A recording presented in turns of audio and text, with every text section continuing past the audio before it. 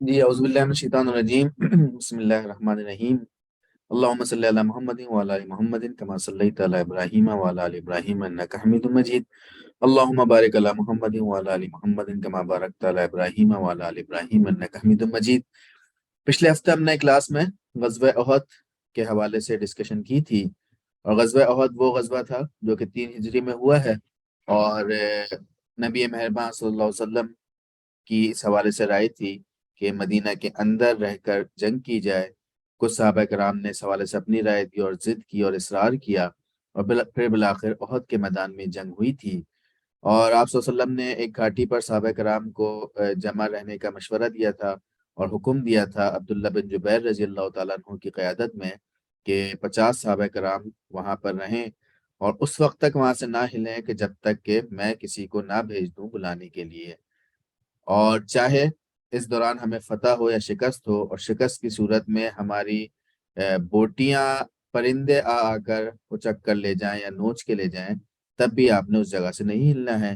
اس کی وجہ یہ تھی کہ وہ بڑی سینسیٹیو جگہ تھی اور وہاں سے حملے کا امکان تھا۔ لیکن ہوا یہ کہ جب فتح ہونی شروع ہوئی مسلمانوں کو بظاہر، اور مشرکین مکہ بری طریقے سے بھاگنا شروع ہوئے، تو ایسے میں 35 صحابہ کرام نے وہ جگہ چھوڑ دی، اور عبداللہ بن جبیر رضی اللہ تعالیٰ عنہ ان کو پکارتے بھی رہے، لیکن انہوں نے جگہ چھوڑ دی، اور جو الفاظ استعمال کیے اس میں غنیمہ کے الفاظ آتے ہیں۔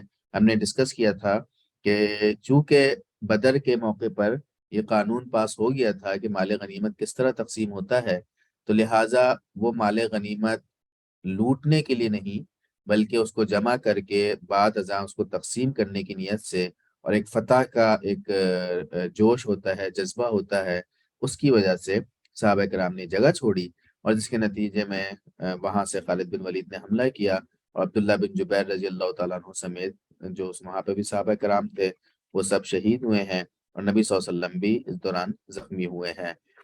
پھر آپ صلی اللہ علیہ وسلم نے جب پہاڑی پر سب کو جمع کر لیا تو پھر جنگ کا خاتمہ ہو گیا تھا۔ ابو سفیان وہاں پر آتا ہے، اور ابو سفیان بلند آواز میں بولا آ کر کہ کیا تم میں محمد صلی اللہ علیہ وسلم ہیں؟ لوگوں نے کوئی جواب نہیں دیا۔ اس نے پھر کہا کیا تم میں ابو قحافہ کے بیٹے ابو بکر ہیں؟ لوگوں نے کوئی جواب نہیں دیا۔ اس نے پھر سوال کیا کیا تم میں عمر بن خطاب ہیں؟ لوگوں نے اب کی مرتبہ بھی جواب نہیں دیا، کیونکہ نبی صلی اللہ علیہ وسلم نے جواب دینے سے منع فرمایا تھا۔ پھر اس نے کہا کہ چلو، ان تینوں سے فرصت ہوئی۔ یہ سن کر حضرت عمر رضی اللہ تعالیٰ عنہ بے قابو ہو گئے اور بولے کہ او اللہ کے دشمن، جن کا تو نے نام لیا ہے وہ سب زندہ ہیں، اور ابھی اللہ نے تیری رسوائی کا سامان باقی رکھا ہے۔ یہاں جو دلچسپ چیز یہ ہے کہ ابو سفیان چونکہ بڑا دور اندیش اور بڑا جینون لیڈر تھا، اسے بھی اس بات کا اندازہ تھا کہ اسلام کو آگے اگر کوئی لے کے چل سکتا ہے، اس کی سربلندی میں اپنا کردار ادا کر سکتا ہے، تو یہ 3 افراد ہیں کہ جن کا بالترتیب اس نے نام لیا تھا۔ اس کے بعد ابو سفیان نے کہا کہ تمہارے مقتولین کا مسئلہ ہوا ہے، لیکن میں نے نہ اس کا حکم دیا تھا اور نہ ہی اس کا برا منایا ہے۔ اچھا، یہ مقتولین میں حضرت حمزہ رضی اللہ تعالیٰ عنہ کے بارے میں ہم پڑھتے آئے ہیں کہ ہندا نے باقاعدہ غلام ہائر کیا تھا وحشی کو، اور اس کو کہا تھا کہ میں تمہیں آزاد بھی کر دوں گی اور تمہیں سونے میں مالا مال کر دوں گی، تو تم نے صرف حضرت حمزہ کو مارنا ہے۔ اور اس کی بھی وجہ یہ تھی کہ حضرت حمزہ رضی اللہ تعالیٰ عنہ نے بدر میں عتبہ کو اپنے ہاتھوں سے مارا تھا، اور عتبہ جو تھا وہ ہندا کا باپ تھا۔ اس کے علاوہ ہندا کا بھائی جس کا نام ولید تھا وہ بھی اس جنگ میں مارا گیا تھا غزوہ بدر میں، اور اس کے چچا جن کا نام شیبہ تھا وہ بھی اسی جنگ میں مارے گئے تھے۔ تو ہندا کو اس بات کا بڑا دکھ تھا، تو اس لیے اس نے ہائر کیا، اور پھر جب جنگ ختم ہو گئی تو باقاعدہ حضرت حمزہ رضی اللہ تعالیٰ عنہ کی ڈیڈ باڈی پر گئی، اور وہاں اس نے وحشی سے کہا کہ ان کا کلیجہ نکالو، اور اس نے وہ کلیجہ چبایا تھا۔ ساتھ ہی اور صحابہ کرام کی لاشوں کا بھی باقاعدہ مسئلہ بنایا گیا۔ عبداللہ بن جہش رضی اللہ تعالیٰ عنہ کا نام آتا ہے کہ جن کا ہم نے تذکرہ کیا تھا پہلے بھی، تو ان کی لاش کے ساتھ بھی، ڈیڈ باڈی کے ساتھ یہی حشر کیا گیا تھا۔ حضرت حمزہ رضی اللہ تعالیٰ عنہ کی ڈیڈ باڈی کے حوالے سے آتا ہے کہ بعد ازاں حضرت صفیہ جو آپ صلی اللہ علیہ وسلم کی پھپھی تھی، یعنی حضرت حمزہ رضی اللہ تعالیٰ عنہ کی سگی بہن تھی، وہ جب وزٹ کرنے آئی تو آپ صلی اللہ علیہ وسلم نے پہلے تو منع کیا کہ دیکھو پھپھی کو نہیں آنے دینا، ورنہ وہ اپنے بھائی کو نہیں دیکھ سکیں گے۔ اس سے پتہ چلتا ہے کہ ڈیڈ باڈی کی سچویشن بڑی خراب تھی اور برا حال کیا تھا ان لوگوں نے۔ لیکن حضرت صفیہ رضی اللہ تعالیٰ عنہ بھی ایک مجاہدہ قسم کی خاتون تھی۔ آگے خندق میں بھی ان کا تذکرہ آئے گا، غزوہ خندق کے موقع پر انہوں نے اپنے تلوار سے ایک یہودی کو مارا تھا۔ پھر بہرحال وہ آئیں اور انہوں نے دیدار کیا اور پھر دعا وغیرہ کر کے چلی گئی تھی۔ تو اس سے پتہ چلتا ہے کہ مقتولین کا باقاعدہ مسئلہ بنایا تھا، لیکن ابو سفیان کہتا ہے کہ میں نے نہ اس کا حکم دیا اور نہ ہی میں نے اس کا برا منایا ہے۔ پھر اس نے نعرہ لگایا آلو حبل، حبل بلند ہو، یعنی اپنے بتوں کا نام لے کر فرمایا، کہا اس نے۔ آپ صلی اللہ علیہ وسلم نے لوگوں سے پوچھا تم جواب دو، کہو اللہ اعلیٰ و اجل، اللہ اعلیٰ اور برتر ہے۔ پھر اس نے دوبارہ نعرہ لگایا لنا عزا لکم، ہمارے لیے عزا ہے تمہارے لیے نہیں ہے۔ آپ صلی اللہ علیہ وسلم نے پھر صحابہ کرام کو حکم دیا کہو اللہ مولانا ولا مولا لکم، اللہ ہمارا مولا ہے تمہارا کوئی مولا نہیں ہے۔ اس کے بعد ابو سفیان نے کہا کتنا اچھا کارنامہ رہا آج کا دن، جنگ بدر کے دن کا بدلہ ہے۔ حضرت عمر رضی اللہ تعالیٰ عنہ نے جواب دیا کہ برابر نہیں، ہمارے مقتولین جنت میں ہیں اور تمہارے مقتولین جہنم میں۔ اس کے بعد ابو سفیان نے کہا کہ عمر میرے قریب آؤ۔ نبی صلی اللہ علیہ وسلم نے فرمایا کہ جاؤ دیکھو کیا کہتا ہے۔ وہ قریب آئے تو ابو سفیان نے کہا کہ عمر میں تمہیں خدا کا واسطہ دے کر پوچھتا ہوں، کیا ہم نے محمد کو قتل کر دیا ہے؟ حضرت عمر رضی اللہ تعالیٰ عنہ نے کہا کہ واللہ نہیں، بلکہ اس وقت بھی وہ تمہاری بات سن رہے ہیں۔ اس جنگ کا نتیجہ 5% صحابہ کرام کی وجہ سے مسلمانوں کو شکست ہوئی، کیونکہ انہوں نے جگہ چھوڑ دی تھی۔ 70 مسلمان شہید ہوئے، 55 انصار تھے، 15 مہاجرین تھے اور 37 کفار اس جنگ میں مارے گئے۔ یہ 70 کی فکر بڑی اہم ہے۔ 70 مسلمان اس میں شہید ہوئے تھے اور جنگ بدر میں 70 کفار شہید ہوئے تھے اور 70 ہی افراد وہاں پر قید ہوئے تھے۔ پھر اس کے بعد ابو سفیان پلٹ گیا۔ اب جب ابو سفیان اور اس کا قافلہ واپسی کے لیے نکلا تو آپ صلی اللہ علیہ وسلم کی آپ جنگی فراست ملاحظہ کیجئے کہ آپ صلی اللہ علیہ وسلم کو اس بات کی فکر تھی کہ کہیں ابو سفیان مدینہ کا رخ نہ کر لے۔ سچویشن سمجھیں، مدینہ کے باہر احد کے میدان میں صحابہ کرام زخمی حالت میں موجود ہیں یا شہید ہوئے میں ہیں، اور کچھ صحابہ کرام نبی صلی اللہ علیہ وسلم کے ساتھ احد پہاڑی کے اوپر موجود ہیں۔ ایسے میں مدینہ کے اندر ان کے صحابہ کرام کے گھر والے، بیوی بچے اور کچھ صحابہ کرام مدینہ کے اندر موجود تھے۔ آپ صلی اللہ علیہ وسلم کو اس بات کا خوف ہوا کہ اس وقت انہوں نے کامیابی حاصل کی ہے تو کہیں ایسا نہ ہو کہ اس کامیابی کے ہی نشے میں یہ آگے بڑھے اور مدینہ پر حملہ کر دیں، کیونکہ مدینہ میں جو بھی افراد تھے وہ نہتے تھے، خواتین تھیں، بچے تھے۔ تو لہٰذا آپ صلی اللہ علیہ وسلم کو اس بات کی فکر ہوئی۔ آپ صلی اللہ علیہ وسلم نے صحابہ کرام کو بھیجا اور کہا کہ دیکھ کے آؤ کہ وہ کس طرح جا رہے ہیں۔ آئیڈیا دیکھیں، آپ صلی اللہ علیہ وسلم نے فرمایا کہ اگر وہ اونٹ پر سوار ہیں اور گھوڑوں کو باندھا ہوا ہے، کوتل میں لیا ہوا ہے، تو اس کا مطلب یہ ہے کہ وہ واپس مکہ جا رہے ہیں، ان کا رخ مدینہ کی طرف نہیں ہے۔ وجہ یہ ہے کہ اونٹ صحرائی جانور تھا، لمبے سفر کے لیے استعمال ہوتا تھا، اور ساتھ فرمایا کہ اگر وہ لوگ گھوڑے پہ سوار ہیں اور اونٹ ان کے ساتھ ساتھ چل رہے ہیں تو اس کا مطلب یہ ہے کہ خدا نہ خواستہ یہ ڈینجرس چیز ہے کہ وہ مدینہ جا رہے ہیں۔ تو جب دیکھا صحابہ کرام نے آ کے بتایا کہ نہیں وہ اونٹ پر سوار ہیں تو اس سے اطمینان ہوا کہ کم از کم وہ مدینہ نہیں جا رہے ہیں۔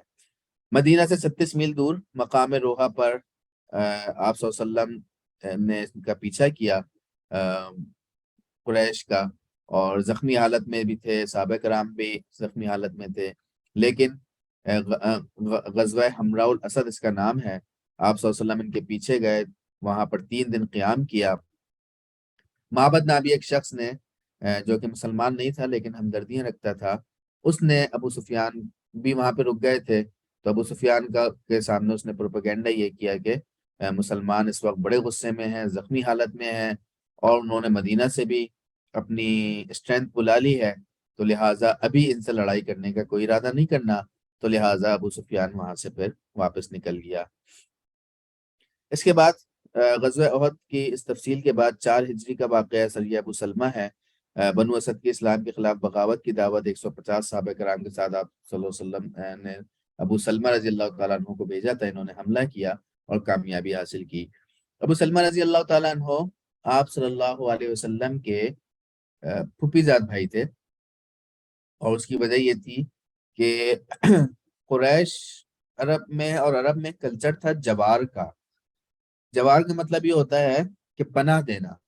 اور ہم نے طائف کے سفر کے بعد پڑھا تھا کہ آپ صلی اللہ علیہ وسلم جب طائف سے واپس آئے مکہ میں، تو مطعم بن عدی نے، جو کہ غیر مسلم تھا، اس نے آپ صلی اللہ علیہ وسلم کو پناہ دی تھی۔ اخنس ابن شریح نے منع کر دیا، ایک اور شخص نے عقبہ نے شاید تھا نام، اس نے بھی منع کر دیا۔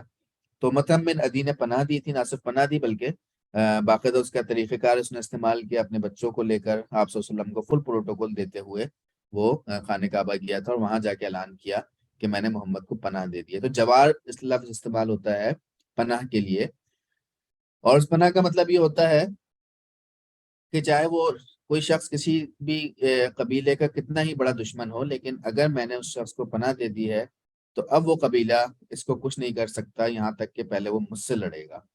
تو یہ کلچر تھا۔ تو یہ ابو سلمہ رضی اللہ تعالیٰ عنہ کا معاملہ یہ ہے کہ جب یہ مسلمان ہوئے تو ابو طالب نے ان کو جوار فراہم کی، پناہ دی۔ تو مشرکین مکہ نے اعتراض کیا کہ دیکھیں پہلے آپ نے محمد کو بھی پناہ دی ہوئی ہے صلی اللہ علیہ وسلم کو، اور اب آپ ابو سلمہ کو بھی دے رہے ہیں۔ تو انہوں نے کہا کہ محمد میرے بھتیجے ہیں اور ابو سلمہ میرے بھانجے ہیں، تو دونوں سے برابر کا ہی رشتہ ہے، تو میں تو دونوں کو پناہ دوں گا۔ تو یہ ابو سلمہ ابو طالب کے بھانجے تھے، یعنی ابو طالب کی بہن کے بیٹے تھے۔ تو ابو طالب کی بہن کے بیٹے ہوئے تو آپ صلی اللہ علیہ وسلم کے یہ پھوپھی زاد بھائی تھے۔ اور انہی کی اہلیہ کا نام تھا ام سلمہ، ان کا بیٹا تھا اصل میں سلمہ، یہ مردوں کا نام تھا۔ تو ان کی بہن بیوی کا نام تھا ام سلمہ، اور ان کی ہجرت کا بھی بڑا دلچسپ واقعہ ہے، دردناک بھی ہے کہ ان کے گھر والوں نے روک لیا تھا ام سلمہ کے، اور ابو سلمہ ہجرت کر گئے۔ بیٹے کا بھی اس چھینا جپٹی میں ہاتھ ٹوٹ گیا تھا۔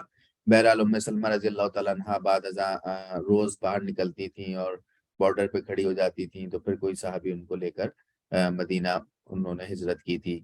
اسی طرح بعد میں پھر ابو سلمہ رضی اللہ تعالیٰ عنہ کے انتقال کے بعد ام سلمہ سے آپ صلی اللہ علیہ وسلم نے پھر رضی اللہ تعالیٰ عنہ سے شادی کی، یعنی کہ اپنے پھوپھی زاد بھائی کی بیوہ سے۔ تو اس مارکے میں ابو سلمہ رضی اللہ تعالیٰ عنہ کو آپ صلی اللہ علیہ وسلم نے مارکے کے لیے بھیجا تھا۔ ایک اور عبداللہ بن انیس، اچھا اب ہم کوشش کریں گے ذرا سی اسپیڈ بڑھائیں، اس کی وجہ یہ ہے کہ ہماری کلاسیں کم رہ گئی ہیں اور کنٹینٹ زیادہ ہے۔ اسی ماہ محرم 4 ہجری کی 5 تاریخ کو یہ خبر ملی کہ خالد بن سفیان حضلی مسلمانوں پر حملہ کرنے کے لیے فوج جمع کر رہا ہے۔ نبی صلی اللہ علیہ وسلم نے اس کے خلاف کارروائی کے لیے عبداللہ بن انیس رضی اللہ تعالیٰ عنہ کو روانہ فرمایا۔ آپ رضی اللہ تعالیٰ عنہ نے دھوکے سے اسے قتل کیا اور باقاعدہ اس کا سر بھی اپنے ہمراہ لائے۔ آپ صلی اللہ علیہ وسلم نے انہیں ایک عصا مرمت فرمایا اور کہا کہ قیامت کے دن ہمارے اور تمہارے درمیان نشانی رہے گی۔ انہوں نے وصیت کی تھی کہ یہ عصا میرے کفن کے ساتھ میرے ساتھ ہی قبر میں جائے، اور پھر ایسے ہی کیا گیا۔ رجی کا حادثہ یہ ایک مشکل مرحلہ تھا مسلمانوں کے لیے۔ واقعہ یہ ہوا کہ ازل اور قارہ سے کچھ لوگ آئے اور آپ صلی اللہ علیہ وسلم سے ریکویسٹ کی کہ ہم قرآن سیکھنا چاہتے ہیں، تو لہٰذا آپ ہمارے ساتھ کچھ قاری حضرات روانہ کریں۔ اب آپ یہ دیکھیں کہ یہ رجی جو ہے یہ مکہ مکرمہ کے قریب تھا، اور آپ صلی اللہ علیہ وسلم نے مدینہ سے 10 افراد روانہ کیے۔ یہ میپ میں بھی شو ہو رہا ہے کہ طائف کے قریب، مکہ اور طائف کے تقریباً درمیان میں تھا، تو مدینہ سے ایک لمبا سفر کر کے یہ لوگ روانہ ہوئے۔ اور جب وہاں پہنچے تو پتہ چلا کہ آپ صلی اللہ علیہ وسلم اور صحابہ کرام کو اس حوالے سے دھوکہ دیا گیا تھا۔ 7 افراد ان پر حملہ کیا، 7 افراد موقع پر ہی شہید ہو گئے۔ 3 کو یہ گرفتار کر کے مکہ لے آئے، اور اس میں حضرت خبیب رضی اللہ تعالیٰ عنہ بھی شامل تھے، کہ حضرت خبیب رضی اللہ تعالیٰ عنہ کو ابو سفیان نے پھر اپنے پاس رکھا، قید کیا اور پھر پھانسی دینے کا فیصلہ کیا۔ اور جب ان کو پھانسی کے پھندے پہ لٹکایا گیا، سارا مجمع جمع تھا، اور تیر کہہ لیں کہ جسم سے آر پار کیا، اور ابو سفیان پھر آگے بڑھا۔ اچھا، اس سے پہلے حضرت خبیب رضی اللہ تعالیٰ عنہ کی یہ سنت ہے کہ جس کو آج بھی زندہ کیا جاتا ہے، کہ پھانسی سے پہلے انہوں نے 2 رکعت نفل پڑھی، اور یہ بھی کہا کہ اگر جس بات کا خوف نہ ہوتا کہ تم لوگ کہو گے کہ مجھے موت کا ڈر ہے تو میں اپنی نماز لمبی کرتا، لیکن میں نے 2 رکعت پر اکتفا کیا ہے۔ پھر یہ جب بالکل پھانسی کا پھندا گلے میں تھا، تیر جسم سے آر پار ہونے لگا تھا، تو ایسے میں ابو سفیان آگے بڑھا اور کہا کہ خبیب، کیا تم یہ پسند کرو گے کہ تمہیں یہاں سے رہا کر دیا جائے اور تمہاری جگہ تمہارے نبی کو لا کے کھڑا کر دیا جائے۔ حضرت خبیب رضی اللہ تعالیٰ عنہ نے فرمایا کہ خدا کی قسم تم نے بڑی بات کر دی، میں تو یہ بھی پسند نہیں کروں گا کہ مجھے یہاں سے رہا کیا جائے اور اس کے نتیجے میں اس کے بجائے میرے نبی کے پاؤں میں کانٹا بھی چبھے، میں تو یہ بھی پسند نہیں کروں گا۔ اور ان کو پھر یہیں پر ہی شہید کیا گیا۔ غزوہ احد کے بعد جو سب سے بڑا نقصان ہوا ہے مسلمانوں کو، وہ یہ بئر معونہ کا المیہ تھا۔ مدینہ منورہ کا ایک کنواں تھا جو بنو سلیم کی ملکیت تھا۔ یہ علاقہ بنو عامر اور حرہ بنو سلیم کے درمیان واقع ہے۔ سفر 4 ہجری کو بنو عامر کا ایک سردار ابو برہ عامر بن مالک کی نبی صلی اللہ علیہ وسلم سے اسلام کی دعوت کے لیے اہل نجد کی طرف وفد بھیجنے کی درخواست کی۔ آپ صلی اللہ علیہ وسلم کو نجد کے والے لوگوں سے، اہل نجد سے خدشہ بھی تھا، لیکن ابو برہ نے کہا کہ میں ضمانت دیتا ہوں۔ چنانچہ آپ صلی اللہ علیہ وسلم نے 70 صحابہ کرام جن میں حفاظ اور قرہ بھی شامل تھے ان کو روانہ کیا۔ جب یہ وفد بئر معونہ کے علاقے میں ٹھہرا تو حضرت حرام بن ملجان نبی صلی اللہ علیہ وسلم کا نامہ مبارک لے کر بنو عامر کے سردار کے پاس گئے۔ عامر نے خط پڑھے بغیر قاصد کا سر قلم کروا دیا اور اپنے قبیلے کو وفد پر حملہ کرنے کو کہا، لیکن قبیلے والوں نے انکار کر دیا کیونکہ ابو برہ نے وفد کو اپنی حمایت و حفاظت میں لے رکھا تھا۔ جس پر اس نے بنو سلیم کو حملہ کرنے بھیجا، تمام مسلمان لڑتے ہوئے شہید ہو گئے، صرف حضرت کعب بن زید زخمی حالت میں بچ نکلنے میں کامیاب ہوئے۔ ابھی دیکھیے کہ 70 افراد جن میں قرہ حضرات زیادہ تھے، وہ 70 میں سے 69 افراد اس معاملے میں شہید ہوئے ہیں۔ اس سے پہلے جو بڑا نقصان ہوا تھا وہ غزوہ احد میں ہوا تھا، جس کو ہم ڈسکس کر چکے ہیں۔ اب یہ میں نے آگے کچھ سلائڈ اس کی شامل کی ہے کہ اس دوران جو چیزیں فرض ہوئی ہیں، فرضیت جن کی آئی ہے۔ 2 ہجری میں جہاد فرض ہوا ہے، اذن للذین یقاتلون بانہم ظلموا کے الفاظ آئے ہیں کہ تمہیں جنگ کا حکم دیا گیا ہے اگرچہ تمہیں ناگوار ہو۔ 2 ہجری میں روزے کی فرضیت ہوئی ہے، یا ایھا الذین آمنوا کتب علیکم الصیام، تم پر روزے فرض کیے گئے ہیں۔ 2 ہجری میں صدقہ فطر فرض ہوا ہے۔ 2 ہجری میں ہی زکوٰۃ کی فرضیت ہوئی ہے، اور 4 ہجری میں شراب کی باقاعدہ حرمت کا حکم آیا ہے۔ شراب کے بارے میں ہمیں معلوم ہے کہ حکم گریجولی آیا ہے۔ دیکھیے جو کلچر بدلنے کی بات ہوتی ہے تو اس کا حکم گریجولی آیا ہے، اور سود کا بھی آپ کہہ لیں کہ بالکل آخری میں خطبہ حجۃ الوداع کے موقع پر باقاعدہ اس کی حرمت کا حکم آیا ہے۔ شراب کے بارے میں پہلا حکم کیا آیا کہ یسألونک عن الخمر والمیسر قل فیہما اسم کبیر ومنافع للناس، کہ شراب اور جوئے کے بارے میں وہ لوگ سوال کرتے ہیں، ان دونوں چیزوں میں بڑی خرابی ہے اگرچہ ان میں لوگوں کے لیے کچھ منافع بھی ہیں۔ یہاں یہ سوال پیدا ہوتا ہے کہ شراب اور جوئے میں آخر کیا منافع ہے؟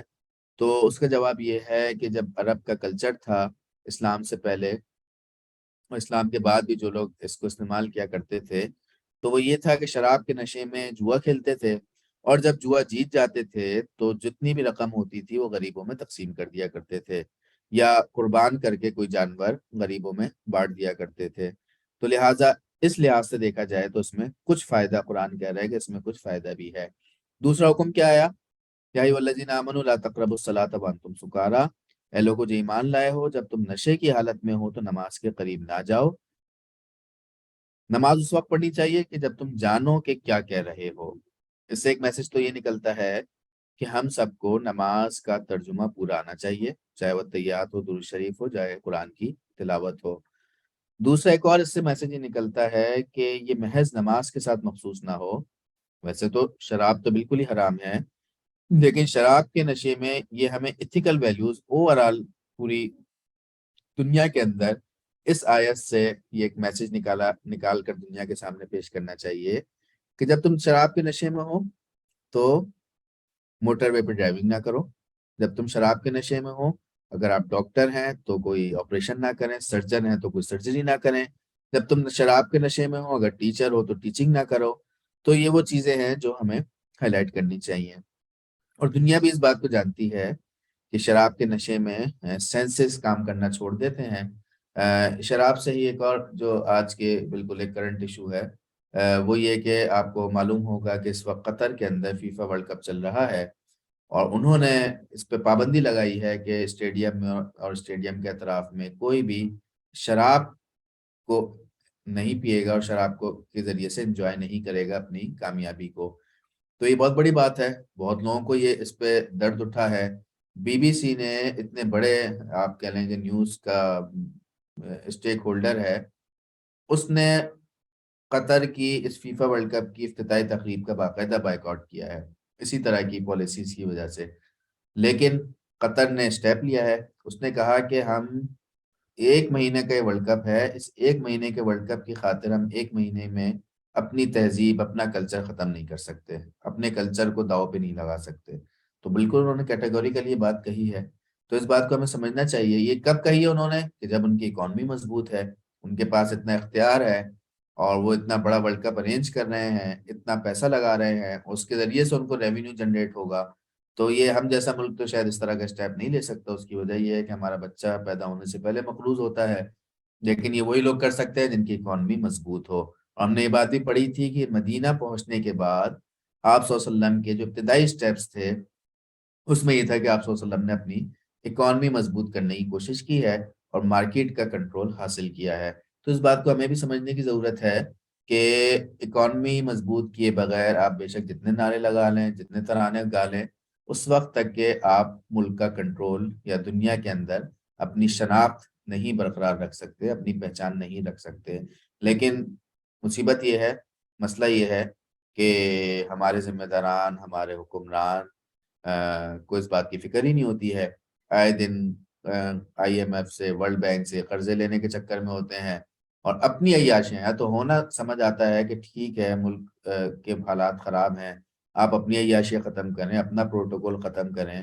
10,000 پولیس آفیسر ایک ایک ایونٹ کو کور کر رہے ہوتے ہیں کہ کسی طرح ہمارے لیڈر کو کوئی نقصان نہ پہنچ جائے۔ ہمارے لیڈر کبھی ہار بیچ رہے ہوتے ہیں، کبھی گھڑی آگے پیچھے کر رہے ہوتے ہیں، کبھی قلم بیچ رہے ہوتے ہیں، اور وہ تحائف جو کہ تحفے میں ملے ہوں وہ آپ بیت المال میں جمع کرائیں، آپ اس سے معیشت اچھی کرنے کی کوشش کریں، آپ لنگر خانے کے بجائے کارخانے لگانے کی کوشش کریں، آپ اپنی عیاشیاں ختم کریں، اپنا جو آپ کا سیکیورٹی پہ خرچ ہوتا ہے، جو آپ کے عیاشیوں پہ خرچ ہو رہا ہے، اس کی فکر کریں۔ لیکن اس کی طرف ہر دوسری گورنمنٹ آنے والی پہلے سے زیادہ بدتر ہوتی ہے، پچھلی گورنمنٹ سے زیادہ ہم اس کو گالیاں دے رہے ہوتے ہیں۔ اس کی وجہ یہ ہے کہ سب نے اپنا اپنا ٹینیور پورا کر کے عیاشی کی جانب جانا ہے، اکانومی کو بہتر کرنے کی کوئی کوشش نہیں کرنی۔ تو یہ قطر کا ایک ہوائی ہے وہاں سے، اور بہت اچھا امیج کیا ہے دنیا کے اندر۔ آپ نے دیکھا ہوگا افتتاحی تقریب میں اس بچے نے جو آیت تلاوت کی ہے، یا ایھا الناس انا خلقناکم من ذکر و انثی وجعلناکم شعوبا وقبائل لتعارفوا، کہ پوری امت کو، دنیا کو ایک میسج دیا ہے کہ ہم سب مل کے ہمیں رہنا چاہیے۔ اور بہت بڑا فنکار ہے وہ امریکہ کا، اس کے سامنے اس نے یہ کنورسیشن ہوئی ہے۔ تو اس سے پتہ چلتا ہے کہ آپ کی اکانومی اگر مضبوط ہو تو آپ اسلام کا ایک اچھا امیج دنیا کے سامنے پیش کر سکتے ہیں۔ تیسرا حکم شراب کے بارے میں آیا، اے لوگوں جو ایمان لائے ہو، یہ شراب، یہ جوا اور یہ آستانے اور پانسے، یہ سب گندی شیطانی کام ہیں۔ یہ آخری حکم آیا کہ جس میں شراب حرام ہوئی ہے، اور اس کے بعد ہم نے پڑھا بھی اور سنا بھی ہے کہ جب شراب حرام ہوئی تو کچھ جام لوگوں کے حلق میں تھے۔ مطلب کہنے کو تو جسٹیفیکیشن ہو سکتی تھی نا کہ بھائی شراب تو ابھی حرام ہوئی ہے، یہ ذرا سا ایک گھونٹ تو اندر جانے دو، یہ جو کم از کم مٹکے میں کچھ رکھا ہے یہ تو کم از کم ختم کر دینا، اسراف کے زمرے میں نہ آئے۔ لیکن تاریخ نے دیکھا ہے کہ جب شراب حرام ہوئی ہے تو مدینہ کی گلیوں میں کس طرح شراب بہتی ہوئی نظر آئی، لوگوں نے اپنے مٹکے توڑ دیے، اپنے جو بھی شراب کے برتن تھے وہ ضائع کر دیے، اور جس کے حلق میں شراب تھی وہ وہاں سے اس نے اگل دی ہے۔ تو یہ شراب کی حرمت کے احکامات آئے تھے۔ 4 ہجری میں پردے کا حکم آیا کہ نبی صلی اللہ علیہ وسلم اپنی بیویوں اور بیٹیوں اور اہل ایمان کی عورتوں سے کہہ دو، قل لازواجک و بناتک و نساء المؤمنین، کہ اپنے اوپر اپنی چادروں کے پلو لٹکا لیا کریں۔ یہاں سے ایک میسج اور نکلتا ہے کہ مسلمانوں میں سے ایک طبقہ یہ کہتا ہے کہ نبی صلی اللہ علیہ وسلم کی ایک ہی بیٹی تھی، حضرت فاطمہ رضی اللہ تعالیٰ عنہ، مشہور بھی یہی ہے، بچے سے پوچھے تو کہے گا کہ ہاں حضرت فاطمہ ہی بیٹی تھی، جبکہ آپ صلی اللہ علیہ وسلم کی 4 بیٹیاں تھیں، زینب، رقیہ، ام کلثوم اور فاطمہ رضوان اللہ تعالیٰ علیہ مجمعین۔ اور اس آیت سے بات ثابت ہوتی ہے کہ یہاں پر پلورل کا صیغہ استعمال ہوا ہے، یا ایھا النبی قل لازواجک، اپنی بیویوں سے کہہ دیجئے، و بناتک، اگر ایک بیٹی ہوتی تو بنت کا لفظ استعمال ہوتا، بنات استعمال نہیں ہوتا۔ اس سے پتہ چلتا ہے کہ آپ صلی اللہ علیہ وسلم کی کم از کم ایک سے زیادہ بیٹیاں تھیں، اور ہمیں جو حدیث و سیرت سے پتہ چلتا ہے وہ یہ تھی کہ آپ صلی اللہ علیہ وسلم کی 4 بیٹیاں تھیں۔ تو پردے کے احکامات آئے، اور اس میں ایک اور چیز سمجھنی چاہیے کہ سورہ احزاب کے احکامات ہیں۔ سورہ احزاب اور سورہ نور دونوں میں اس کے حوالے سے احکامات موجود ہیں، پردے کے حوالے سے۔ تو جو احزاب کے احکامات ہیں وہ آپ کے گھر کے باہر کے احکامات ہیں، یعنی کہ آؤٹ سائڈ دا ہوم، اور جو نور میں احکامات آئے ہیں وہ گھر کے اندر کے احکامات ہیں۔ تو اس فرق کو سمجھتے ہوئے ہمیں ان دونوں صورتوں کا مطالعہ کرنا چاہیے، اس کو اسٹڈی کرنی چاہیے۔ غزوہ بنو نذیر ہم نے آغاز میں پڑھا تھا۔ بنو نذیر بھی ایک قبیلہ تھا جو کہ مدینہ سے باہر جس کی رہائش تھی، اور اس سے پہلے بنو قینقاع والوں کے ساتھ آپ صلی اللہ علیہ وسلم نے ان کو سبق سکھایا تھا، وہ مدینہ سے باہر ان کو بھیج دیا تھا۔ بنو نذیر نے کیا کیا؟ ایک تو معاہدے کے برخلاف کفار نے قریش سے ساز باز کی، منافقین مدینہ کے ساتھ ان کے روابط تھے، اور درمیان میں ایک واقعہ پیش آیا کہ ایک صحابی سے بنو نذیر کے 1 یا 2 افراد کا آتا ہے کہ وہ مطلب ان سے قتل ہو گئے غلطی سے، وہ کچھ اور سمجھے اور انہیں نہیں پتا تھا کہ یہ اس قبیلے کے ہیں۔ بہرحال آپ صلی اللہ علیہ وسلم کو اس بات کا اتنا احساس تھا، آپ صلی اللہ علیہ وسلم ان کے پاس گئے، بنو نذیر کے پاس، اور دیت کی بات چیت کرنے گئے کہ چلو ہم دیت دے دیتے ہیں۔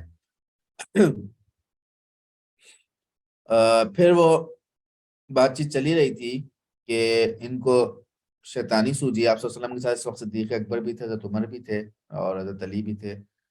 تو انہوں نے اس میں سے ایک شخص نے فیصلہ کہا کہ میں نبی صلی اللہ علیہ وسلم کے اوپر پتھر گرا دیتا ہوں اوپر سے۔ تو عمرو ابن جہاش کا نام آتا ہے، تو اس نے پتھر گرانے کا فیصلہ کیا، پورے تیاری پکڑ لی کہ آپ صلی اللہ علیہ وسلم کو وحی کے ذریعے سے اطلاع مل گئی۔ آپ صلی اللہ علیہ وسلم نے صحابہ کرام سے کہا فوراً یہاں سے نکلتے ہیں، بغیر بتائے آپ صلی اللہ علیہ وسلم وہاں سے نکلے۔ آگے جا کے صحابہ کرام کو بتایا کہ اصل میں نکلنے کی وجہ یہ تھی۔ تو یہ ایک پورا ان کی طرف سے اٹیمپٹ تھا۔ اب اس کے بعد کوئی گنجائش نہیں تھی کہ ان کے ساتھ معاہدہ برقرار رکھا جائے، لہٰذا آپ صلی اللہ علیہ وسلم نے صحابہ کرام کے ساتھ نکلے، اور ان کے جو بھی محلہ تھا ان کا، اس کا گھیراؤ کر لیا۔ 10 دن کا آپ صلی اللہ علیہ وسلم نے الٹیمیٹم دیا۔ عبداللہ بن ابی نے ان کو بہکایا کہ ڈٹے رہو، میں 2000 آدمیوں کے ساتھ تمہاری مدد کروں گا۔ خزرج قبیلہ تھا عبداللہ بن ابی کا۔ تو قرآن کہتا ہے، سورہ حشر غزوہ بنو نذیر کے تناظر میں نازل ہوئی ہے، 28ویں سپارے کی دوسری صورت ہے، 2 رکوع ہے یا 3 رکوع ہیں، چھوٹی سی صورت ہے۔ اس کا مطالعہ کریں تو پورا غزوہ بنو نذیر سمجھ میں آتا ہے۔ ان کی مثال شیطان کی سی ہے، پہلے وہ انسان سے کہتا ہے کہ کفر کر، جب انسان کفر کر بیٹھتا ہے تو وہ کہتا ہے کہ میں تجھ سے بری الذمہ ہوں، مجھے تو اللہ رب العالمین سے ڈر لگتا ہے۔ یہ عبداللہ بن ابی کے بارے میں نازل ہوئی۔ آپ صلی اللہ علیہ وسلم نے قلعوں کا محاصرہ کیا۔ اس دوران درمیان میں رکاوٹ پیدا ہو رہی تھی کھجور کے باغات کی وجہ سے، درختوں کی وجہ سے، تو آپ صلی اللہ علیہ وسلم نے باغ جلانے کا حکم دیا۔ قرآن اس کو بھی بیان کر رہا ہے کہ تم لوگوں نے کھجور کے جو درخت کاٹے یا جن کو اپنی جڑوں پر کھڑا رہنے دیا، یہ سب اللہ ہی کے اذن سے تھا۔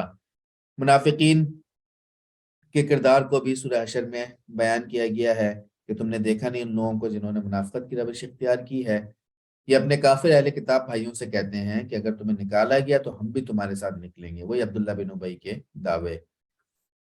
وہ یہ بھی سمجھتے تھے کہ ان کے بڑے بڑے قلعے گڑیاں انہیں اللہ سے بچا لیں گی، لیکن ایٹ دا اینڈ یہ کہ وہ ہتھیار ڈالنے پر مجبور ہو گئے۔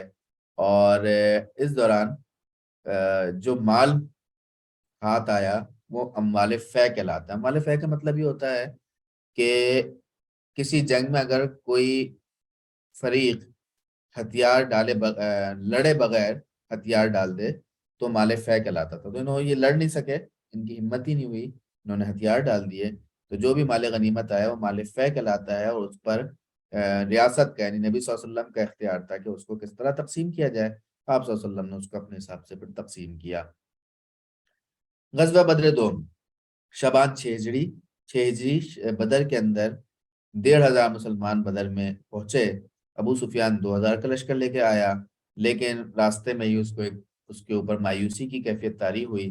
پھر اس نے اپنے لوگوں کو سمجھایا کہ دیکھو یہ موقع نہیں ہے، حالات خراب ہیں اور فصلیں بھی نہیں ہیں، اور اس وقت سبزہ نہیں ہے، تو ہمارے جو جانور ہیں وہ چڑھ نہیں سکیں گے، تو لہٰذا لوگوں کو منع کر وہ واپس لے گیا۔ مسلمان 8 دن تقریباً وہاں رہے ہیں۔ یہ غزوہ ذات الرقہ ہے۔ رقہ کپڑے کے چیتڑے کو کہتے ہیں۔ ابو موسیٰ شریف فرماتے ہیں کہ اس غزوے میں چلتے چلتے ہمارے پاؤں پھٹ گئے اور ہم نے ان پر کپڑوں کے چیتڑے لپیٹ لیے۔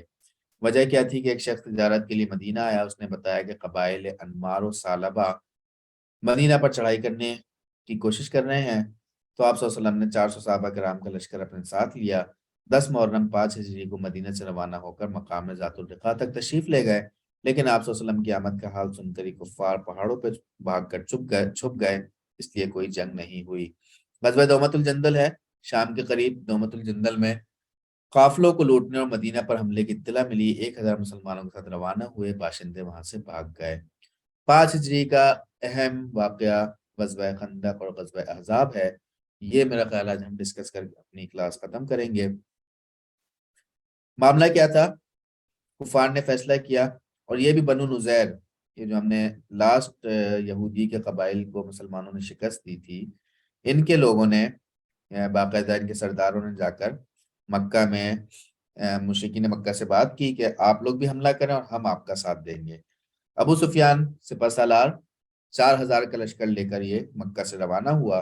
درمیان میں یہ بنو نذیر کے لوگ اور دیگر قبائل سب ملتے ملتے یہ کوئی 10,000 کا لشکر بن گیا۔ آپ صلی اللہ علیہ وسلم کو اطلاع مل گئی۔ اطلاع ملنے کا سورس وہی تھا جو ہم پہلے ڈسکس کر چکے ہیں کہ حضرت جعفر، حضرت عباس رضی اللہ تعالیٰ عنہ اور اس طرح کے ایک دو صحابہ کرام پہلے سے انفارم کر دیا کرتے تھے۔ آپ صلی اللہ علیہ وسلم نے میٹنگ کال کی۔ سلمان فارسی رضی اللہ تعالیٰ عنہ نے مشورہ دیا، مشہور بات ہے، فارس سے ان کا تعلق تھا۔ انہوں نے کہا کہ ہم ایران میں یہ کام کیا کرتے تھے کہ جب اگر اس طرح ہم پر حملہ ہو جاتا تھا تو ہم خندق کھود لیا کرتے تھے۔ 1000 صحابہ کرام کی 3 دن تک محنت کے بعد خندق کھودی گئی۔ یہ بات سمجھ لیں کہ خندق پورے مدینہ کے گرد نہیں کھودی گئی تھی، بلکہ مدینہ کے 4 حصے اگر کریں تو 4 حصے میں سے ایک حصہ اور اس سے کچھ زیادہ کا یہ ایریا خندق کا کھدا تھا۔ یہ آپ کو نظر آ رہی ہے۔ ایک طرف آتشی چٹانیں تھیں، دوسری طرف بھی کچھ چٹانیں تھیں، تو وہاں سے آنے کا بھی امکان نہیں تھا، اور پیچھے بیک سائڈ پر بنو قریظہ کے قبائل تھے۔ ان کے ساتھ مسلمانوں کا معاہدہ تھا کہ ان کے ساتھ کوئی مسئلہ نہیں ہوگا اور وہ مسلمانوں کا ہی ساتھ دیں گے۔ لمبائی اس کی 5544 5544، اوسط چوڑائی 462 میٹر تھی، اوسط گہرائی 3234 تھی، اور اتنی گہری تھی کہ کوئی اتر کے کراس نہ کر سکے، اور اتنی چوڑی تھی کہ کوئی گھوڑا جمپ نہ کر سکے۔ بہرحال جب یہ ابو سفیان اور ان کا قافلہ یہاں پر پہنچا تو وہ حیرت زدہ رہ گئے۔ ان کے تو وہم گمان میں بھی نہیں تھا کہ ایسی بھی کوئی تدبیر اختیار کی جا سکتی ہے۔ بڑی کوشش کی کراس کرنے کی، اس کوشش میں کچھ لوگ مارے بھی گئے، کچھ مسلمان بھی زخمی ہوئے، شہید بھی ہوئے، آگے تذکرہ آئے گا۔ اور پھر وہ تقریباً 1 مہینہ یہاں پر رہے۔ قرآن نے اس کو سورہ احزاب میں پورا تفصیل کے ساتھ بیان کیا ہے۔ قرآن کہتا ہے کہ سچے مومنوں کا حال اس وقت یہ تھا کہ جب انہوں نے حملہ آور لشکروں کو دیکھا تو پکار اٹھے کہ یہ وہی چیز ہے جس کا اللہ اور اس کے رسول نے ہم سے وعدہ کیا تھا۔ اللہ اور اس کے رسول کی بات بالکل سچی تھی۔ اس واقعے نے ان کی ایمان کو اور بڑھا دیا۔ اسی طرح اس کھدائی کے دوران بڑے اہم واقعات ملتے ہیں، آپ تفصیل سے پڑھ بھی لیجئے گا، الرحیق المختوم میں بھی اس کا تذکرہ ہے اور دیگر کتب میں بھی ملتا ہے کہ ایک صحابی آپ صلی اللہ علیہ وسلم کے پاس آیا اور کہا کہ رسول اللہ، حالت خراب ہے، بھوک بہت ہے، کھانے کو کچھ نہیں ہے، ہم نے اپنے پیٹ پر ایک پتھر باندھا ہوا ہے۔ لیکن انہوں نے بھی ایک لیڈر سے بات کی تھی، اور لیڈر نے جواب میں کوئی جنت کی بشارت نہیں دی، کوئی واعظ و نصیحت اور تلقین نہیں کی، بلکہ جواب میں اپنے پیٹ پر سے پتھر اٹھایا تو وہاں پر ایک کے بجائے کپڑا اٹھایا تو وہاں ایک کے بجائے 2 پتھر بندھے ہوئے تھے۔ اسی طرح حضرت جابر رضی اللہ تعالیٰ عنہ کا آتا ہے کہ ان کی بیوی نے بتایا کہ انہوں نے اپنے گھر ایک بکری کا بچہ ذبح کیا ہے اور نبی صلی اللہ علیہ وسلم کو آپ لے کر آ جائیں۔ آپ صلی اللہ علیہ وسلم پورے 1000 کے 1000 افراد کو وہاں پر لے کر پہنچ گئے، اور وہ ہانڈی میں ایک سالن چڑھا ہوا تھا، وہ بڑھتا چلا گیا اور سب نے سیر ہو کے کھایا، پھر گھر والوں نے کھایا، پھر پڑوس میں بھیجا، اور سب نے اس کو آرام سے کھا لیا۔ اس طرح کی برکات نظر آتی ہیں اس پورے خندق کے دوران۔ ایک واقعہ وہ ملتا ہے کہ کھجور کو ایک صحابی لے کر آیا، آپ صلی اللہ علیہ وسلم نے کپڑوں پہ پھیلا دیا اور اس کپڑے پہ کھجور لوگ کھاتے رہے، وہ گرتی رہی لیکن وہ کھجور کم نہیں ہوئی۔ اسی دوران حضرت عمر رضی اللہ تعالیٰ عنہ نے ایک دفعہ کہا کہ تباہ ہو جائیں یہ لوگ مشرکین، انہوں نے میری آج میں بڑی مشکل سے آخری وقت میں اثر پڑی ہے سورج غروب ہوتے ہوتے۔ آپ صلی اللہ علیہ وسلم کو یاد آیا، کہا کہ میں تو اثر ابھی بھی نہیں پڑی، مجھے تو یاد ہی نہیں رہا، اور ان کی قبروں کو اللہ جہاں آگ سے بھرتے، اس طرح کی آپ صلی اللہ علیہ وسلم نے بات کہی، پھر آپ صلی اللہ علیہ وسلم نے بعد میں وہ قضا ادا کی۔ تو اس طرح کے بے شمار واقعات ملتے ہیں۔ ایک چٹان نہیں ٹوٹ رہی تھی، صحابہ کرام نے آپ صلی اللہ علیہ وسلم کو بلایا، آپ صلی اللہ علیہ وسلم نیچے اترے اور آپ صلی اللہ علیہ وسلم نے پہلی کدال ماری اور کہا کہ مجھے شام کی کنجیاں نظر آتی ہیں، اس کے محلات دکھائی دیتے ہیں۔ دوسری کدال ماری، کہا کہ مجھے فارس دے دیا گیا ہے، مجھے مدین کے سفید محلات نظر آتے ہیں۔ تیسری کدال ماری، کہا کہ مجھے یمن کی کنجیاں دے دی گئی ہیں اور مجھے سنا کے پھاٹک دکھائی دیتے ہیں۔ موٹیویشن تھی، اور اس طرح آپ صلی اللہ علیہ وسلم نے وہ چٹان توڑی تھی۔ یہ جو ہم آیت تلاوت کرتے ہیں، لقد کان لکم فی رسول اللہ اسوۃ حسنہ، ویسے تو آپ صلی اللہ علیہ وسلم کی پوری زندگی اسوہ حسنہ ہے، لیکن یہ آیت جب نازل ہوئی اس وقت کیفیت دیکھیے کہ آپ صلی اللہ علیہ وسلم پیٹ پہ پتھر بندھا ہوا ہے، ہاتھ میں کدال اور بیلچہ موجود ہے، اور آپ صلی اللہ علیہ وسلم خندق کی کھدائی میں مصروف ہیں۔ تو ویسے تو پوری زندگی اسوہ حسنہ ہے، لیکن خاص اس آیت کے تناظر میں دیکھا جائے تو اسلام کے دشمنوں کا مقابلہ کرنا یہ سب سے بڑا اسوہ حسنہ سمجھا جا سکتا ہے۔ اس دوران پھر وہ بنو نذیر کے سردار حی ابن اخطب، جن کا پہلے بھی تذکرہ آیا ہے، یہ آپ صلی اللہ علیہ وسلم کے بعد میں سسر بھی بنے ہیں، ان کی بیٹی سے شادی ہوئی ہے، یہ بنو قریظہ کے سردار کے پاس گئے، اسد بن کعب بن اسد نام آتا ہے غالباً، اور اس کو اس بات پہ ترغیب دی کہ تم یہ مسلمانوں سے عہد توڑ دو۔ پہلے تو نہیں مانا لیکن پھر وہ راضی ہو گئے۔ اب سچویشن سمجھیں، سامنے سے مشرکین ہے، 10,000 کا لشکر ہے، دیگر قبائل بھی موجود ہیں، پیچھے سے اس بات پر فیصلہ کر لیا گیا کہ بنو قریظہ پیچھے سے حملہ کرے گا، اور منافقین جو تھے اس وقت ان کی حالت خراب ہوئی، سورہ احزاب میں اس کا تفصیل سے تذکرہ موجود ہے۔ آپ صلی اللہ علیہ وسلم کو بھی اس بات کی فکر تھی کہ اب ہم دونوں طرف سے پھنس جائیں گے۔ میدان جنگ میں اگر ہوتے تو کوئی مسئلہ نہیں تھا، لیکن مدینہ کے اندر تھے، بیوی بچے بھی ساتھ تھے، گھروں میں موجود تھے، تو ایسے میں بڑی سچویشن خراب ہوتی نظر آ رہی تھی۔ اور اسی دوران وہ حضرت صفیہ والا بھی واقعہ پیش آتا ہے کہ ایک یہودی نظر آیا، حضرت صفیہ رضی اللہ تعالیٰ عنہ نے حسان بن ثابت رضی اللہ تعالیٰ عنہ سے کہا کہ جاؤ اس کو مار کے آؤ، انہوں نے کہا نہیں میری ہمت نہیں ہے، خود اتری تلوار لے کر اور اس کو قتل کر دیا۔ دونوں طرف سے مسلمان پھنس گئے تھے۔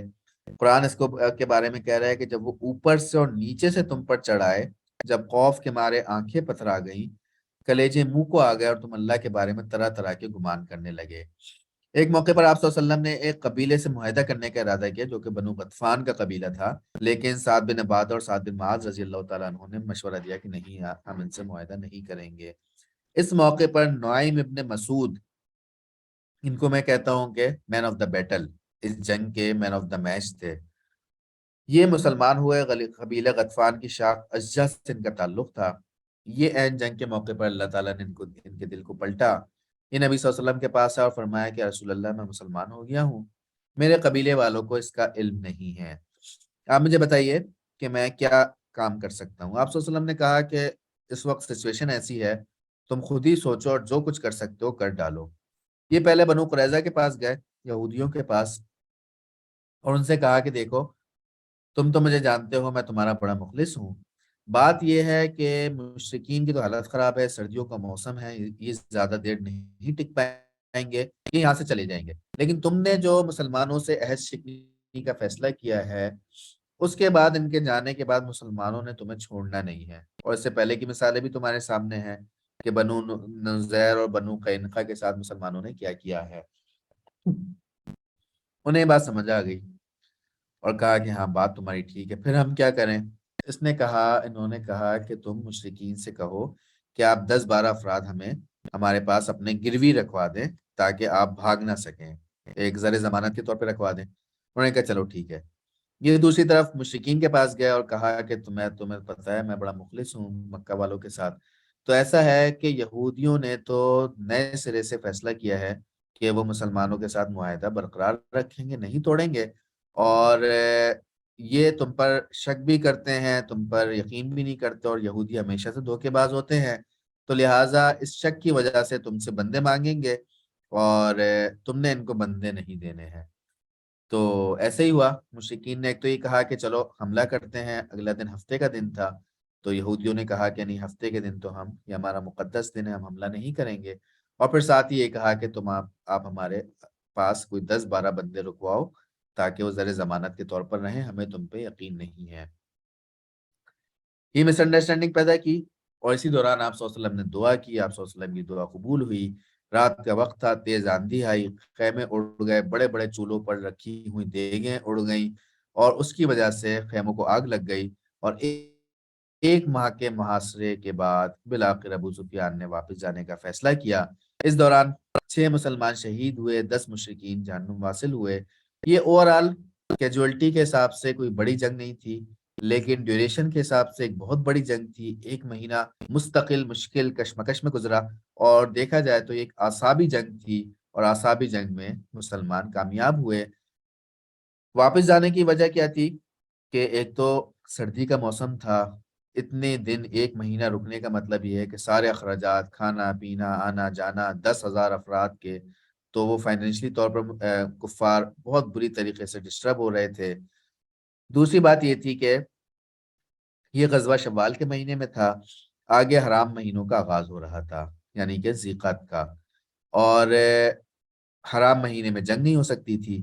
اور ساتھ ہی ایک وجہ یہ تھی کہ ذی القعدہ کے بعد ذی الحج شروع ہونا تھا، اور ذی الحج کفار مکہ کے حوالے سے کفار مکہ کا ایک بڑا سیزن ہوا کرتا تھا، خاص کر قریشیوں کا، کہ وہاں پر لوگ دور دور سے آتے تھے، تو ان کا سیزن خراب ہونے کا ڈر تھا.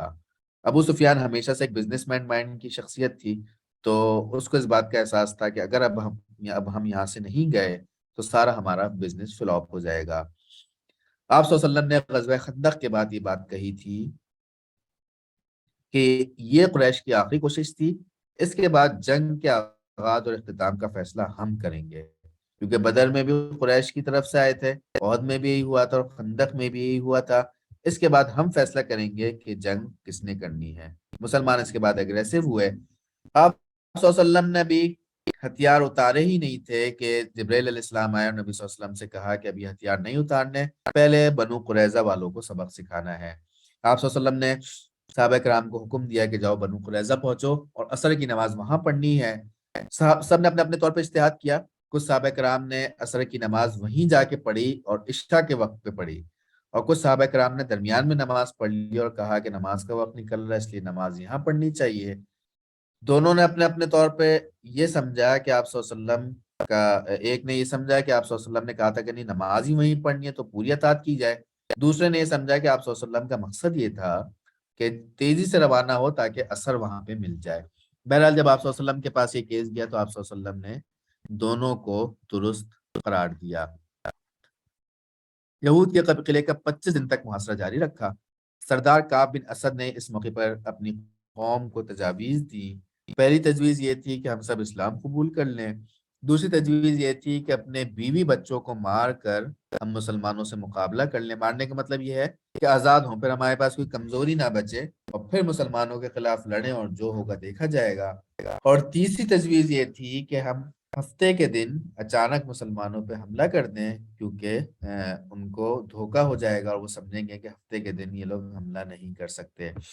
بہرحال اس کی قوم نے یہ تینوں تجاویز مسترد کی اور کہا کہ ہم اپنے ایک پارٹنر جو مسلمان ہو چکے ہیں، ابو لبابہ جن کا نام ہے رضی اللہ تعالیٰ عنہ، ان سے ہم مشورہ کرتے ہیں. نبی صلی اللہ علیہ وسلم کو پیغام بھیجا. نبی صلی اللہ علیہ وسلم نے ابو لبابہ رضی اللہ تعالیٰ عنہ کو بھیج دیا. ابو لبابہ جب بنو قریظہ کے پاس پہنچے تو وہاں بچوں خواتین نے ان کو گھیر لیا، رونا شروع کر دیا، اور بس یہ مشورہ مانگا کہ اگر ہم اپنے آپ کو محمد کے حوالے کر دیں تو وہ ہمارے ساتھ کیا سلوک کریں گے. آپ رضی اللہ تعالیٰ عنہ پر رحم طاری ہو گیا، عاجزی آ گئی، اور انہوں نے ایک اشارہ کیا اپنی گردن کی طرف کہ یعنی کہ مارے جاؤ گے.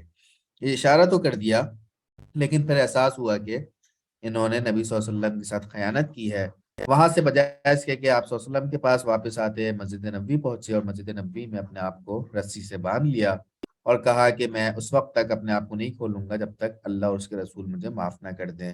آپ صلی اللہ علیہ وسلم کو جب یہ اطلاع ملی، آپ صلی اللہ علیہ وسلم نے کہا کہ اگر لبابہ میرے پاس آ جاتے تو میں انہیں معاف کر دیتا، لیکن اب انہوں نے معاملہ اللہ کے حوالے کر دیا ہے، تو جب تک اللہ کی طرف سے یہ اعلان نہیں ہوگا، وہی نہیں آئے گی، تب تک یہ بندے ہی رہیں گے۔ پھر ان کے قبیلے نے ہتھیار ڈالنے کا فیصلہ کیا۔ آپ نے آپ کو یاد ہوگا کہ خزرج قبیلہ جس کا سردار عبداللہ بن ابی تھا، اس کے پارٹنر تھے بنو قینقاع، اور جب بنو قینقاع کو آپ صلی اللہ علیہ وسلم اور صحابہ کرام نے کنٹرول کر لیا تھا، ان کے بارے میں بھی یہ فیصلہ ہو سکتا تھا کہ ان کو قتل کر دیا جائے گا۔ تو عبداللہ بن ابی نے، ہم نے شاید لاسٹ کلاس میں اس کو ڈسکس کیا تھا کہ عبداللہ بن ابی نے آپ صلی اللہ علیہ وسلم سے باقاعدہ ضد کی، داڑھی مبارک پکڑی اور کہا کہ ان کو میری خاطر آپ چھوڑ دیجئے۔ تو پھر آپ صلی اللہ علیہ وسلم نے ان کو جلا وطن کرنے کا حکم دیا تھا، ان کو قتل نہیں کیا تھا۔ اب جب یہاں معاملہ پیش آیا تو اوس قبیلے والے آ گئے۔ اوس اور خزرج کی شروع سے نہیں بنتی تھی۔ انہوں نے کہا کہ رسول اللہ، آپ نے جیسے خزرج قبیلے والوں کے ساتھ رحم دلی کا ثبوت دیا تھا، تو یہ بنو قریظہ بھی ہمارے پارٹنر ہیں، تو لہٰذا آپ ان کے ساتھ بھی ذرا سا رحم کا معاملہ فرمائیں۔ آپ صلی اللہ علیہ وسلم نے کہا کہ میں تمہارے ہی قبیلے کے سردار کو اس بات کے فیصلے کا اختیار دیتا ہوں کہ وہ جو فیصلہ کریں گے وہ مانا جائے گا۔ اور سعد بن معاذ رضی اللہ تعالیٰ عنہ کا نام لیا تو یہ اوس قبیلہ بھی مطمئن ہو گیا، یہاں کے جو سارے مسلمان تھے، اور بنو قریظہ والے بھی اس بات میں مطمئن تھے کہ سعد بن معاذ رضی اللہ تعالیٰ عنہ کو آپ صلی اللہ علیہ وسلم نے فیصلہ ساز بنایا ہے، تو لہٰذا جو یہ فیصلہ کریں گے ہم اس فیصلے کو تسلیم کریں گے۔ سعد بن معاذ رضی اللہ تعالیٰ عنہ کو زخمی حالت میں گدھے پر سوار کر کے لایا گیا۔ وجہ یہ تھی کہ خندق کے دوران ان کو تیر لگ گیا تھا۔ زخمی حالت میں جب یہ واپس آئے، آپ صلی اللہ علیہ وسلم نے ان کو کہا کہ سعد آپ فیصلہ سنائیں۔ انہوں نے قریظہ والوں سے بھی پوچھا، اوس والوں سے بھی پوچھا، نبی صلی اللہ علیہ وسلم سے بھی پوچھا کہ میں جو فیصلہ سناؤں گا کیا وہ تسلیم کیا جائے گا؟ سب نے کہا کہ ہاں تسلیم کیا جائے گا۔ پھر انہوں نے فیصلہ سنایا ہے کہ مردوں کو قتل کر دیا جائے، عورتوں اور بچوں کو قیدی بنا لیا جائے، اور اموال غنیمت جتنا ہے وہ تقسیم کر دیا جائے۔ جب یہ فیصلہ سنایا تو نبی صلی اللہ علیہ وسلم نے فرمایا تھا کہ سعد، آپ نے جو فیصلہ سنایا ہے، 7 آسمانوں کے اوپر اللہ رب العالمین نے بھی یہی فیصلہ دیا ہے۔ آج بھی مستشرقین اور دیگر لوگوں کی جانب سے نبی صلی اللہ علیہ وسلم کے اس فیصلے پر اعتراض ہوتا ہے۔ وجہ یہ تھی کہ تقریباً 700 کے قریب افراد جو بنو قریظہ کے مرد حضرات تھے، ان کو اس معاملے میں قتل کیا گیا تھا۔ اس کا جواب کیا ہے؟ اس کا جواب سیرت سرور عالم میں سید ابو العلا مودودی نے رحمۃ اللہ علیہ نے بہت اچھا لکھا ہے۔ وہ کہتے ہیں کہ وجہ کیا تھی اس فیصلے کی؟ نمبر 1، ان کی بدعہدیوں، مستقل عہد شکنی، وعدہ خلافی کرنے کی وجہ سے اب یہ ممکن نہیں تھا کہ ان یہودیوں کے اس قبیلے کے ساتھ نئے سرے سے معاہدہ کیا جائے۔ نمبر 2، یہ بالکل مدینہ سے متصل ان کے رہائش گاہ تھی، تو اگر معاہدہ کر بھی لیتے تو اس بات کا مستقل خوف رہتا کہ کبھی یہ مدینہ پہ حملہ کر دیں۔ نمبر 3، ان کو جلا وطن بھی نہیں کیا جا سکتا تھا کہ اس سے پہلے بنو نذیر کو جلا وطن کیا تھا تو وہ لوگ مشرکین مکہ کے ساتھ مل کر انہوں نے خندق میں حملہ کر دیا تھا۔ نمبر 4، انہی کی مرضی اور رضامندی سے انہی کے قبیلے کے حلیف شخص یعنی سعد بن معاذ رضی اللہ تعالیٰ عنہ کو فیصلہ ساز بنایا تھا، حکم بنایا تھا۔ اور یہ پوری دنیا کا قانون ہے کہ 2 پارٹیوں میں جب فیصلہ کرنا ہو تو وہ دونوں پارٹیاں جس بات پر متفق ہو جائیں، جس شخص پر کہ وہ فیصلہ کرے گا، تو وہ فیصلہ جس کے بھی حق میں کرے تو سب کو ماننا ہوتا ہے۔ نمبر 6 یہ کہ سعد بن معاذ رضی اللہ تعالیٰ عنہ نے جو فیصلہ دیا وہ یہودیوں کی اپنی کتاب عین تورات کے مطابق تھا، جس کا حوالہ یہاں پر دیا ہوا ہے، کتاب استثناء باب نمبر 20 آیت نمبر 10 to 14۔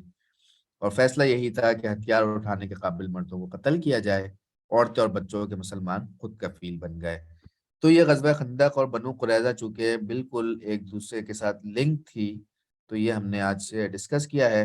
اگلی کلاس میں ہم غزوہ بنو مصطلق، جو کہ اٹ سیلف کوئی بڑا مارکا نہیں تھا لیکن اس سے ریلیونٹ جو واقعات ہیں، اس میں ایک جھگڑے کا واقعہ ہے اور واقعہ افک ہے، اس کو انشاءاللہ تفصیل سے ڈسکس کریں گے اور صلح حدیبیہ کو پڑھنے کی کوشش کریں گے۔ اللہ رب العالمین مجھے اور آپ کو نبی صلی اللہ علیہ وسلم کی سیرت کو پڑھنے، سمجھنے اور اس پر عمل کی توفیق عطا فرمائے۔ وما علینا الا البلاغ المبین۔